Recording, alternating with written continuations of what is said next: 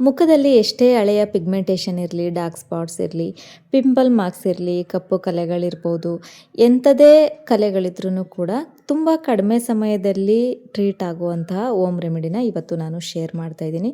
ತುಂಬ simple prepare ಮಾಡುವಂಥದ್ದು, ಮನೆಯಲ್ಲೇ ಸಿಗುವಂಥ ಕೆಲವು ಪದಾರ್ಥಗಳನ್ನು ಬಳಸ್ಕೊಂಡು ಮಾಡುವಂತಹ ಕ್ರೀಮ್ ಇದು. ಪ್ರತಿಯೊಬ್ಬರು ಬಳಸ್ಬೋದು, ಎಲ್ಲ ಸ್ಕಿನ್ ಟೈಪ್ನವರು ಬಳಸ್ಬೋದು, ಯಾವುದೇ ರೀತಿ ಸೈಡ್ ಎಫೆಕ್ಟ್ಸ್ ಇರೋದಿಲ್ಲ. ರೆಗ್ಯುಲರ್ ಆಗಿ ಯೂಸ್ ಮಾಡಿದ್ರೆ 3 ವಾರದಲ್ಲಿ ರಿಸಲ್ಟ್ ಸಿಗುತ್ತೆ ನಿಮಗೆ. ಈ ಕ್ರೀಮನ್ನು ಪ್ರಿಪೇರ್ ಮಾಡೋದಕ್ಕೆ ಮೊದಲನೇದಾಗಿ ನಾನಿಲ್ಲಿ ಆಲೂಗಡ್ಡೆನ ತೊಗೊಂಡಿದ್ದೀನಿ. ಆಲೂಗಡ್ಡೆನ ಎಷ್ಟು ಯೂಸ್ ಮಾಡಬೇಕು, ಎಷ್ಟು ಪ್ರಮಾಣದಲ್ಲಿ ಯೂಸ್ ಮಾಡಬೇಕು ಅನ್ನೋದನ್ನು ನಾನು ನೆಕ್ಸ್ಟ್ ಹೇಳ್ತಾ ಹೋಗ್ತೀನಿ. ಜೊತೆಗೆ ಒಂದು ಟೊಮೆಟೊನ ತೊಗೊಂಡಿದ್ದೀನಿ. ನಾವು ಎಷ್ಟು ಪ್ರಮಾಣದಲ್ಲಿ ಕ್ರೀಮನ್ನು ಮಾಡ್ಕೋತೀವಿ ಅದ್ರ ಮೇಲೆ ನಾವು ಇಂಗ್ರೀಡಿಯೆಂಟ್ಸ್ನ ಬಳಸಬೇಕಾಗುತ್ತೆ. ಟೊಮೆಟೊನ ತೊಗೊಂಡಿದ್ದೀನಿ. ಹುಳಿ ಟೊಮೆಟೊ ತೊಗೋಬೋದು, ಸ್ವೀಟ್ ಟೊಮೆಟೊ ತೊಗೋಬೋದು. ಆದಷ್ಟು ಹುಳಿ ಟೊಮೆಟೊ ಇದ್ದರೆ ಯೂಸ್ ಮಾಡಿ, ಅದು ಚೆನ್ನಾಗಿ ರಿಸಲ್ಟ್ ಕೊಡುತ್ತೆ. Next ingredient carrot. ಒಂದು ಕ್ಯಾರೆಟನ್ನು ತೊಗೊಂಡಿದ್ದೀನಿ. ಇವಾಗ ಯಾವುದ್ಯಾವುದನ್ನು ಎಷ್ಟೆಷ್ಟು ಪ್ರಮಾಣದಲ್ಲಿ ಬಳಸಬೇಕು, ಯಾವ ರೀತಿ ಕ್ರೀಮನ್ನು ಪ್ರಿಪೇರ್ ಮಾಡಬೇಕು ಅನ್ನೋದನ್ನು ನೋಡ್ತಾ ಹೋಗೋಣ. ಆಲೂಗಡ್ಡೆ ಮತ್ತು ಟೊಮೆಟೊ ಎರಡನ್ನೂ ಸಮ ಪ್ರಮಾಣದಲ್ಲಿ ತೊಗೊಂಡಿದ್ದೀನಿ. ಅರ್ಧ ಟೊಮೆಟೊ ಹಣ್ಣು, ಅರ್ಧ ಆಲೂಗಡ್ಡೆ.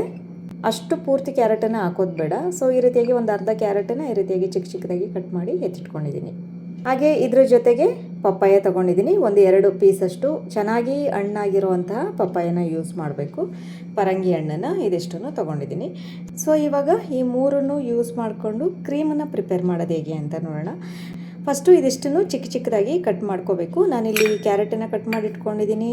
ಹಾಗೆ ಪಪ್ಪಾಯನ ತೊಗೊಂಡಿದ್ದೀನಿ. ಇದನ್ನೇನು ಕಟ್ ಮಾಡುವಂಥ ಅವಶ್ಯಕತೆ ಇಲ್ಲ, ಚೆನ್ನಾಗಿ ಹಣ್ಣಾಗಿರುತ್ತೆ. ಇದನ್ನು ಈಸಿಯಾಗಿ ಬ್ಲೆಂಡ್ ಮಾಡ್ಕೋಬೋದು. ಟೊಮೆಟೊ ಮತ್ತು ಆಲೂಗಡ್ಡೆನ ಇನ್ನೂ ಸ್ವಲ್ಪ ಚಿಕ್ಕದಾಗಿ ಕಟ್ ಮಾಡ್ಕೋಬೇಕು. ಸೊ ಇದಿಷ್ಟನ್ನು ಇವಾಗ ಪೇಸ್ಟ್ ಮಾಡ್ಕೊಳ್ಳೋಣ. ಆಲೂಗಡ್ಡೆನ ಒಂದು ರುಬ್ಬೋದಕ್ಕೆ ಈಸಿ ಆಗಲಿ ಅಂತ ಚಿಕ್ಕದಾಗಿ ಸ್ಲೈಸ್ಗಳನ್ನ ಮಾಡ್ಕೋತೀನಿ.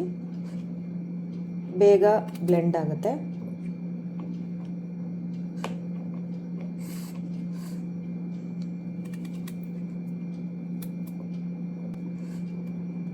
ಇದೆಲ್ಲದನ್ನು ತೊಳೆದು ಯೂಸ್ ಮಾಡಬೇಕು. ಹಾಗೆ ಯೂಸ್ ಮಾಡಬಾರ್ದು, ಯಾಕಂದರೆ ಕೆಮಿಕಲ್ಸ್ ಯೂಸ್ ಮಾಡಿರ್ತಾರೆ. ಸೊ ನಾವು ಇದನ್ನು ಸಿಪ್ಪೆನ ತೆಗೆದು ಚೆನ್ನಾಗಿ ತೊಳೆದು ಅದಾದಮೇಲೆ ಯೂಸ್ ಮಾಡಬೇಕಾಗತ್ತೆ. ಸೊ ಇದಿಷ್ಟನ್ನು ಕಟ್ ಮಾಡಿರೋವಂಥ ಎಲ್ಲ ಇಂಗ್ರೀಡಿಯೆಂಟ್ಸ್ನು ಹಾಕ್ಕೊಂಡಿದ್ದೀನಿ. ಇದಕ್ಕೆ ಪಪ್ಪಾಯನ್ನು ಸೇರಿಸಿ, ಇದಕ್ಕೆ ನೀರು ಏನೂ ಹಾಕಬಾರ್ದು, ಹಾಗೆ ಗ್ರೈಂಡ್ ಮಾಡ್ಕೋಬೇಕು.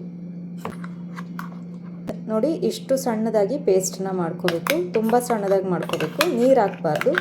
ನೀರು ಹಾಕಿದರೆ ಇನ್ನೂ ತೆಳು ಆಗಿಬಿಡುತ್ತೆ ಮತ್ತು ಕ್ರೀಮ್ ಮಾಡೋದಕ್ಕೆ ಸ್ವಲ್ಪ ಕಷ್ಟ ಆಗುತ್ತೆ. ಸೊ ಇಷ್ಟಿದ್ರೆ ಸಾಕಾಗುತ್ತೆ. ಈ ರೀತಿ ಪೇಸ್ಟ್ ಮಾಡ್ಕೊಂಡಾದಮೇಲೆ ಇದರಲ್ಲಿರುವಂತಹ ಜ್ಯೂಸನ್ನು ಸಪ್ರೇಟ್ ಮಾಡ್ಕೋಬೇಕು. ಈ ರೀತಿ ಒಂದು ಸಾಫ್ಟ್ ಟವಲ್ ಇರುತ್ತೆ ನೋಡಿ, ಅಥವಾ ಚಿಕ್ಕದಾಗಿ ಒಂದು ಬಟ್ಟೆ, ಕಾಟನ್ ಬಟ್ಟೆನ ತೊಗೊಂಡು ಅದರಲ್ಲಿ ಈ ಪೇಸ್ಟನ್ನು, ನಾವು ರುಬ್ಬಿಟ್ಕೊಂಡಿರುವಂಥ ಪೇಸ್ಟನ್ನು ಹಾಕಿ ಅದನ್ನು ಜ್ಯೂಸನ್ನು ಸಪ್ರೇಟ್ ಮಾಡ್ಕೋಬೇಕು. ಇಲ್ಲಿ ನಾವು ಯೂಸ್ ಮಾಡಿರುವಂತಹ ಕ್ಯಾರೆಟ್ ಇರ್ಬೋದು, ಪಪ್ಪಾಯ ಇರ್ಬೋದು, ಟೊಮೆಟೊ ಇರ್ಬೋದು, ಇದಿಷ್ಟು ಇಂಗ್ರೀಡಿಯೆಂಟ್ಸ್ ಏನಿದೆ ಇದು ನಮ್ಮ ಸ್ಕಿನ್ನನ್ನು ಬ್ರೈಟ್ ಮಾಡೋದಕ್ಕೆ, ಮುಖದಲ್ಲಿರುವಂತಹ ಕಲೆನ ಕಡಿಮೆ ಮಾಡೋದಕ್ಕೆ, ಟ್ಯಾನನ್ನು ಕಡಿಮೆ ಮಾಡೋದಕ್ಕೆ ತುಂಬಾ ಸಹಾಯ ಮಾಡುತ್ತೆ. ಯಾಕಂದರೆ ಅಷ್ಟು ಪವರ್ಫುಲ್ ಇಂಗ್ರೀಡಿಯೆಂಟ್ಸ್ ಇವು. ತುಂಬ ಚೆನ್ನಾಗಿ ರಿಸಲ್ಟ್ ಕೊಡುತ್ತೆ ಇದನ್ನು ರೆಗ್ಯುಲರ್ ಆಗಿ ಬಳಸೋದ್ರಿಂದ. ಮಾರ್ಕ್ಗಳು ಕಡಿಮೆ ಆಗುತ್ತೆ, ಪಿಗ್ಮೆಂಟೇಷನ್ ಕಡಿಮೆ ಆಗುತ್ತೆ, ಡಾರ್ಕ್ ಸ್ಪಾಟ್ಸ್ ಕಡಿಮೆ ಆಗುತ್ತೆ. ಸೊ ಇದೆಲ್ಲ ಕಡಿಮೆ ಆಗುತ್ತೆ. ಮುಖದಲ್ಲಿರುವಂಥ ಕಲೆಗಳನ್ನ, ಪಿಗ್ಮೆಂಟೇಷನ್ನ ಕಡಿಮೆ ಮಾಡೋದ್ರಲ್ಲಿ ಆಲೂಗಡ್ಡೆ ನಂಬರ್ 1 ಅಂತಲೇ ಹೇಳ್ಬೋದು.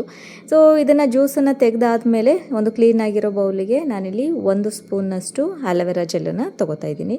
ನಿಮ್ಮ ಹತ್ರ ಯಾವ ಬ್ರ್ಯಾಂಡ್ ಇದೆ ಅದನ್ನೇ ನೀವು ಬಳಸ್ಬೋದು.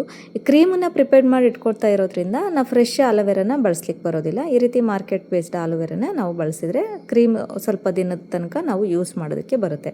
ಅದಕ್ಕೆ ಒಂದು ಅರ್ಧ ಸ್ಪೂನ್ನಷ್ಟು ರೋಸ್ ವಾಟರನ್ನು ಸೇರಿಸ್ಕೊತಾ ಇದ್ದೀನಿ. 2 ವಿಟಮಿನ್ ಇ ಕ್ಯಾಪ್ಸೂಲ್ ಆಯಿಲನ್ನು ಹಾಕೋತಾ ಇದ್ದೀನಿ. ಇದು ಎಲ್ಲ ಮೆಡಿಕಲ್ ಸ್ಟೋರ್ಗಳಲ್ಲೂ ಸಿಗುತ್ತೆ, ನೀವು ತೊಗೊಂಡು ಯೂಸ್ ಮಾಡ್ಬೋದು. ಜೊತೆಗೆ ನಾವೇನು ಜ್ಯೂಸ್ ಮಾಡಿಟ್ಕೊಂಡಿದ್ವಿ, ಕ್ಯಾರೆಟು, ಪಪ್ಪಾಯ, ಆಲೂಗಡ್ಡೆ, ಇದರ ಜ್ಯೂಸನ್ನು ಕೂಡ ಹಾಕೋಬೇಕು. ಇದನ್ನು 1 ರಿಂದ 2 ಸ್ಪೂನ್ನಷ್ಟು ಜ್ಯೂಸನ್ನು ಹಾಕೋಬೇಕು. ನಂತರ ಇದಿಷ್ಟನ್ನು ಚೆನ್ನಾಗಿ ಮಿಕ್ಸ್ ಮಾಡ್ಕೋಬೇಕು. ಸ್ವಲ್ಪ ಸಮಯ ತೊಗೊಳುತ್ತೆ. ಇದೆಲ್ಲ ಚೆನ್ನಾಗಿ ಮಿಕ್ಸ್ ಆಗಿ ಕ್ರೀಮಿ ಕನ್ಸಿಸ್ಟೆನ್ಸ್ ಬರೋದಕ್ಕೆ ಸ್ವಲ್ಪ ಟೈಮ್ ಆಗುತ್ತೆ. ಅಲ್ಲಿ ತನಕ ನಿಧಾನವಾಗಿ ಚೆನ್ನಾಗಿ ಮಿಕ್ಸ್ ಮಾಡ್ಕೋಬೇಕು.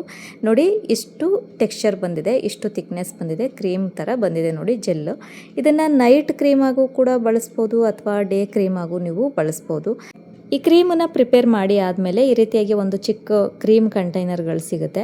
ಅದಕ್ಕೆ, ಅಥವಾ ನಿಮ್ಮ ಹತ್ರ ಯಾವುದಾದ್ರೂ ಖಾಲಿ ಡಬ್ಬಿ ಇದ್ದರೆ ಅದನ್ನೇ ಕ್ಲೀನಾಗಿ ವಾಶ್ ಮಾಡಿ, ಬಟ್ಟೆಯಿಂದ ನೀರಿಲ್ಲದೆ ಇರೋ ರೀತಿ ತೇವ ಎಲ್ಲ ಹೋಗೋ ಥರ ಒರೆಸ್ಕೊಂಡು ಅದಕ್ಕೆ ನೀವು ಈ ಕ್ರೀಮನ್ನು ಹಾಕಿ ಒಂದು ಒಂದು ವಾರದ ತನಕ ನೀವು ಸ್ಟೋರ್ ಮಾಡಿಟ್ಕೋಬೋದು. ಫ್ರಿಜ್ಜಲ್ಲಿಟ್ಟು ಸ್ಟೋರ್ ಮಾಡ್ಕೋಬೇಕಾಗತ್ತೆ.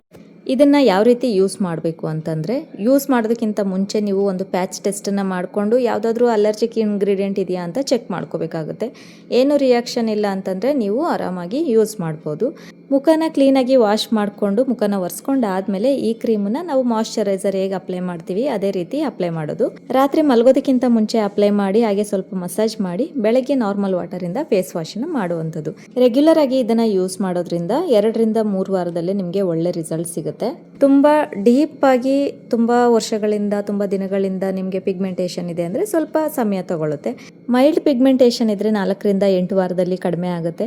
ಇನ್ನು ಸ್ವಲ್ಪ ಜಾಸ್ತಿ ಇದ್ದರೆ 3 ರಿಂದ 6 ತಿಂಗಳ ತನಕ ಸಮಯನ ತಗೊಳ್ಳುತ್ತೆ. ಇನ್ನು ತುಂಬ ಡೀಪ್ ಆಗಿ ತುಂಬ ಡಾರ್ಕ್ ಆಗಿ ಪಿಗ್ಮೆಂಟೇಷನ್ ವರ್ಷಗಳಿಂದ ಹಾಗೆ ಉಳ್ಕೊಂಡಿರುತ್ತಲ್ಲ, ಅದು ಸ್ವಲ್ಪ 1 ವರ್ಷ 6 ತಿಂಗಳಿಂದ 1 ವರ್ಷದ ತನಕ ಟೈಮನ್ನು ತಗೊಳ್ಳುತ್ತೆ ಕ್ಯೂರ್ ಆಗೋದಕ್ಕೆ. ನೀವು ರೆಗ್ಯುಲರ್ ಆಗಿ ಯೂಸ್ ಮಾಡಬೇಕು ಅಷ್ಟೇ. ಹೋಮ್ ರೆಮಿಡಿಸೇ ಆಗಲಿ ಅಥವಾ ಡಾಕ್ಟರ್ ಪ್ರಿಸ್ಕ್ರೈಬ್ ಮಾಡಿರುವಂಥ ಮೆಡಿಸಿನ್ಸೇ ಆಗಲಿ ರೆಗ್ಯುಲರ್ ಆಗಿ ನೀವು ಯೂಸ್ ಮಾಡೋದ್ರಿಂದ ಅಟ್ಲೀಸ್ಟ್ 3 ತಿಂಗಳ ತನಕ ಯೂಸ್ ಮಾಡೋದ್ರಿಂದ ನಿಮಗೆ ಒಳ್ಳೆ ರಿಸಲ್ಟ್ ಸಿಗುತ್ತೆ. ವಿಡಿಯೋ ಇಷ್ಟ ಆದರೆ ಲೈಕ್ ಮಾಡಿ.